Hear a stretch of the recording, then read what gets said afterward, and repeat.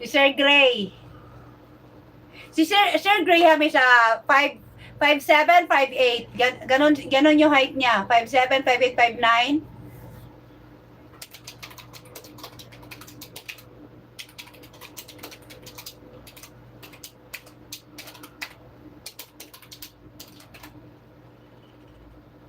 Parang ganon lang. Matangkad lang siya sa akin konti.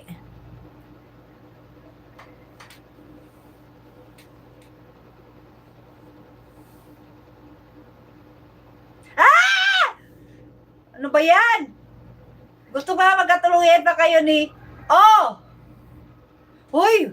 Huwag yun si Pramod. Nanood yan ngayon. I am just going to make some coffee then go to bed as jet lag is starting to catch up with me. 5'8" blue eyes. Wow! 5'8" si Sir Gray. 5'8" si Sir Graham. And then, Ami, 5'6", gano'n, 5'6", 5'7".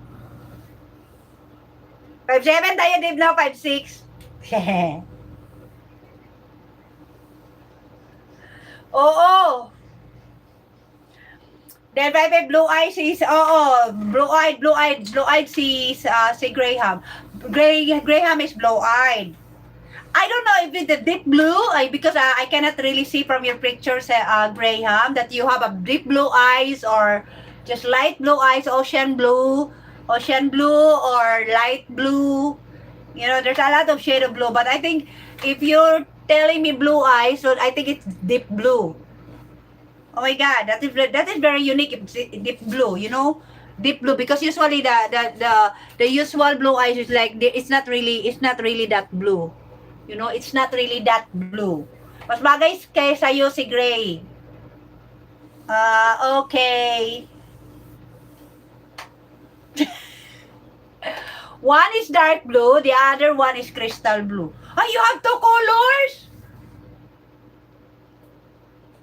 They said if you have two colors in your eyes, then you are being reincarnated. You know? If your two eyes is not the same color, then your soul is from being reincarnated from the past. You know, you're already born in the past. You know, you are someone personality in the past.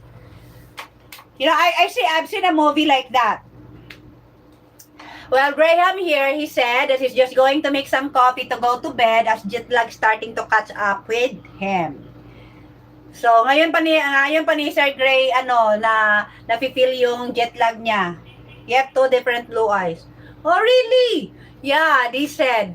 That is why you're unique. Okay? Because you have two different shade of blue eyes.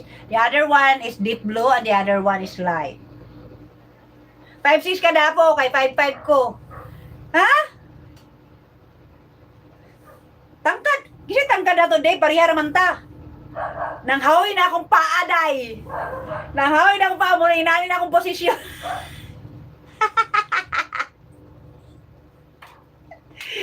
You know ko, Lord, nanghawi na akong mga paa, Lord. Nakita akong kuan, balat, tanawa kay karon mo na inani no. I'm trying to stretch my body.